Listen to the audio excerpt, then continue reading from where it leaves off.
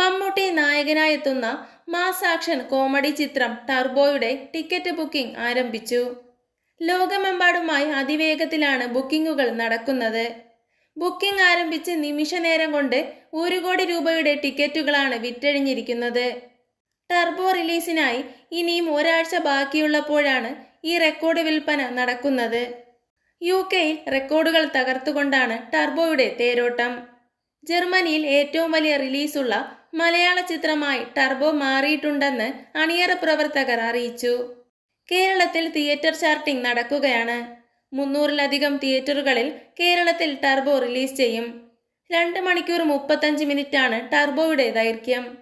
നേരത്തെ തന്നെ ടർബോയുടെ advance booking തുടങ്ങിയതിനാൽ ലഭിക്കുന്ന വലിയ സ്വീകാര്യത ചിത്രത്തിന് ബോക്സ് ഓഫീസിൽ നേട്ടമുണ്ടാക്കുമെന്നാണ് പ്രതീക്ഷ.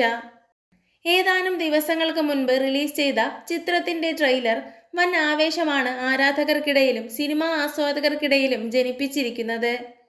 മമ്മൂട്ടി കമ്പനിയുടെ ബാനറിൽ വൈശാഖാണ് ചിത്രം സംവിധാനം ചെയ്യുന്നത്. മിഥുൻ മാനുവൽ തോമസിൻ്റെതാണ് തിരക്കഥ.